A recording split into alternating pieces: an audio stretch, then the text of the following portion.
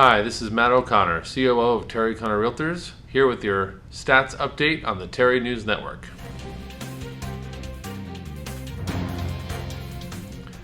The question everyone seems to be asking in the real estate business right now is the hot market over? That's the question I get from anyone I talk to.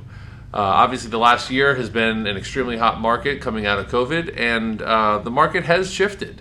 So the general commentary that I make is that the market is still a very solid market. It's got tight inventory still. It's probably still a seller's market. But the froth has lessened. It's not quite as intense as it was. So a couple statistics from the New Jersey MLS that help bear that out.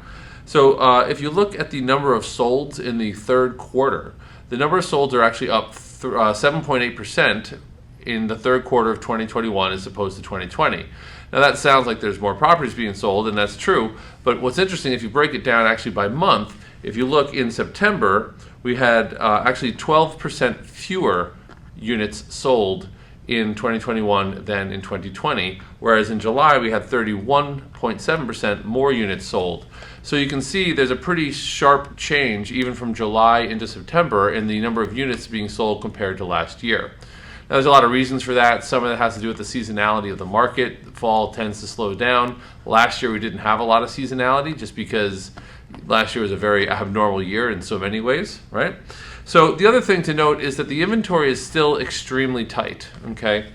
And if you look at our inventory this year, and again, the third quarter of 2021 versus 2020, the number of listings on the market is actually down 18.5% this year versus last.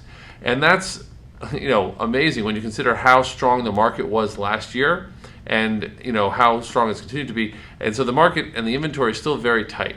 I can tell you that if you put a decent listing on the market right now, it still gets snapped up immediately and tends to still get multiple offers. Just maybe not quite as many offers or quite as aggressive offers as we were getting. So it's still a solid market.